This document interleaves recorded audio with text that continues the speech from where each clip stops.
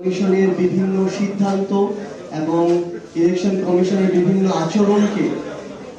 তাদের সিদ্ধান্ত এবং আচরণগুলি তাদের নিরপেক্ষতা সম্পর্কে প্রশ্ন তুলতে আমাদেরকে বাধ্য করেছে।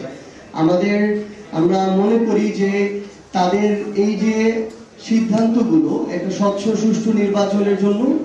আগামীতেও আমরা আরো এগুলো পর্যবেক্ষণ করব এবং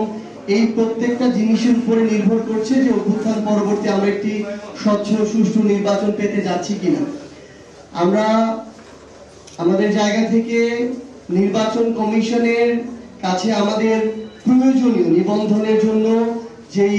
শর্তগুলো একটা রাজনৈতিক দল হিসেবে পূরণ করা প্রয়োজন, আমরা সেগুলো পূরণ করেই সেখানে যাব।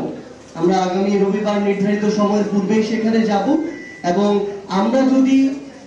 একটা নির্বাচন কমিশনে বাংলাদেশের নিবন্ধনের জন্য রাজনৈতিক দল হিসেবে যে শর্তগুলো পূরণ করা দরকার সেগুলো পূরণ করে যাই,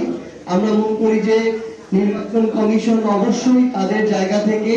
এক্ষেত্রে যে কোনো রাজনৈতিক দলের সাথে অন্য কোনো পন্থা বেছে নেওয়ার সুযোগ নেই। কিন্তু